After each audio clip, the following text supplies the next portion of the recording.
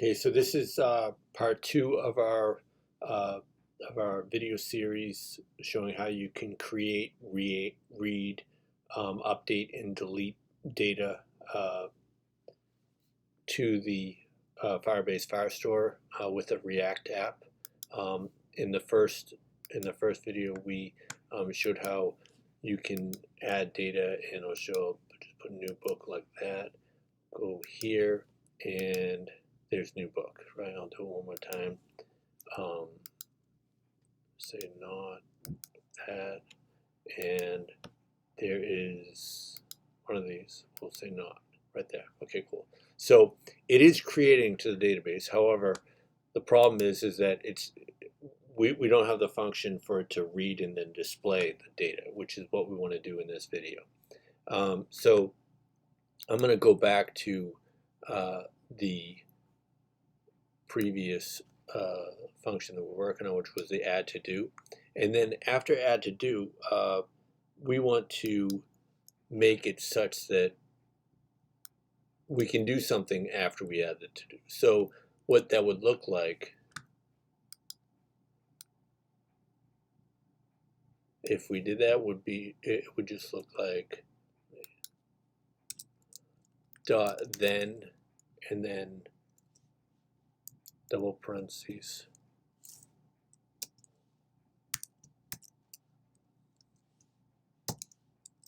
like this, and then inside here we would just put a function. But for right now, I'm just going to say console log display, just so it doesn't interrupt stuff.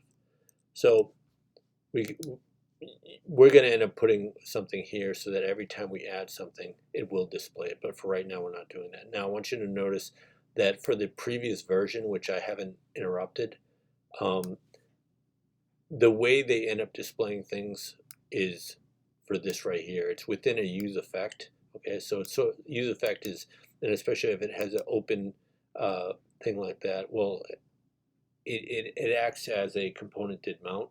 So that means that whenever this component mounts, it will get the data, and it will get 10, and it will post it and also set to dos with that data, right? So that happens every time it loads. Now we're going to want to have the same thing within here. We're going to want to have a function within here so that it does the same thing. So we got to create that function. So let's come down here, and I'll create that function right there. I'm going to call this function const populate, and I'll say equals this, and an arrow function, and then like this right here. Okay. So we want to contact the database. So if we want to contact the database, we have to, or we want something to happen. We want a series of things to happen when this function runs. So we'll write return, and then Firebase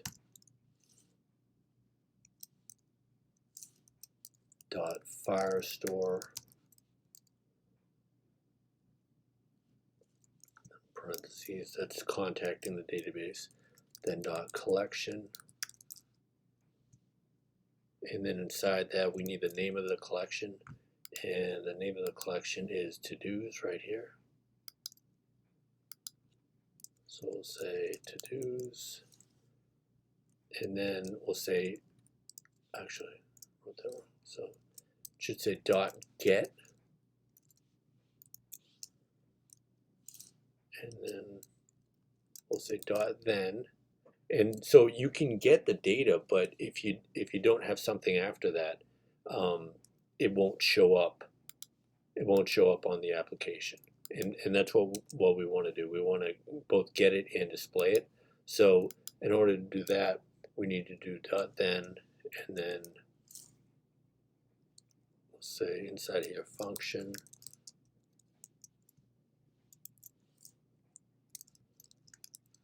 query snapshot, and then outside of that we're going to have curly brackets like that, and then we reference query snapshot, we just said, dot for each, which is basically a way to loop through all of the data.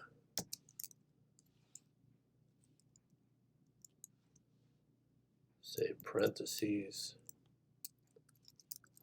function, and then document,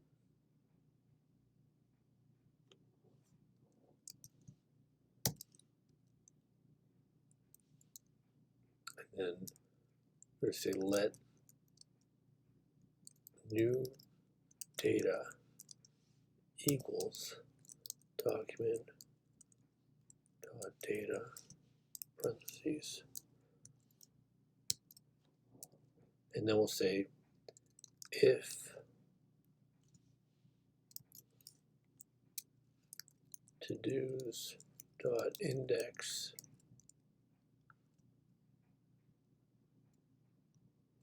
of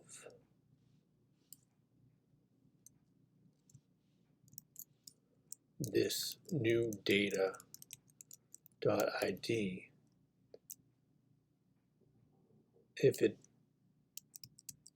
equals -1, which means if it can't be found, -1 is what you get when for index of. If it can't be found, it would become -1, and in that case,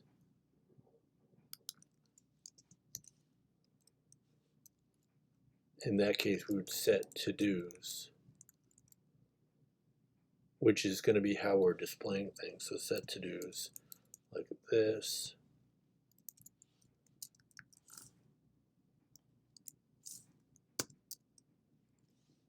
Arrow function.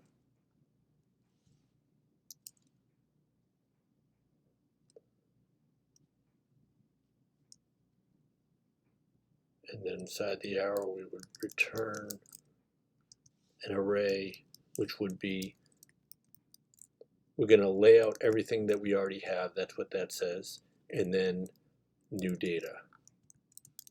So new data is from, it's from right here. So that's a new thing that was brought in. And then after that, after this right here, we'd say else. So this is just means if I connect this with this, it's just in the case that it is original, which is what this means. It can't be found. Then this will happen. Otherwise, you could just say something like console.log, and then just say this is a duplicate. So, and that's all based on the ID. So, and remember from before, we're setting the ID for this add any new date, any new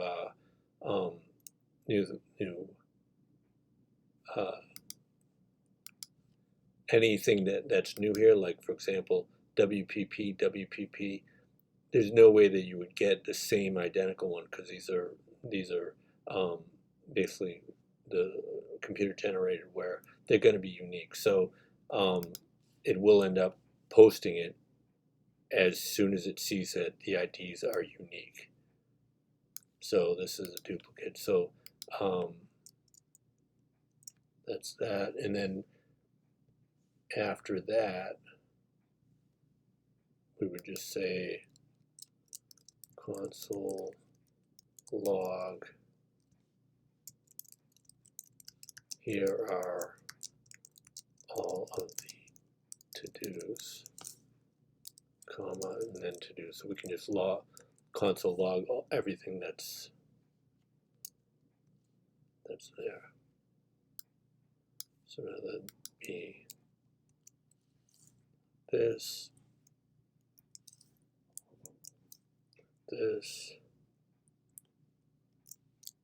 and then after this one we can just say dot catch in the event that there's an error.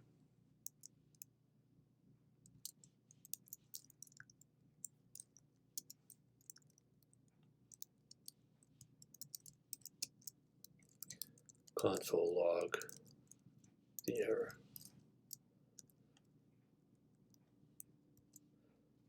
Okay, so that's what we want to do. So this whole function, instead of writing console log display for our ads for right here, we can instead just do populate.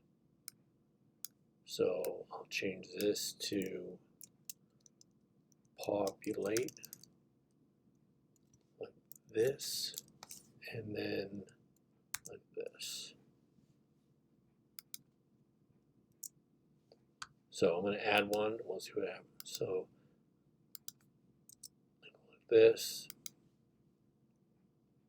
Which Kobe is better? I don't know how that got there. And now it added to this what was already there.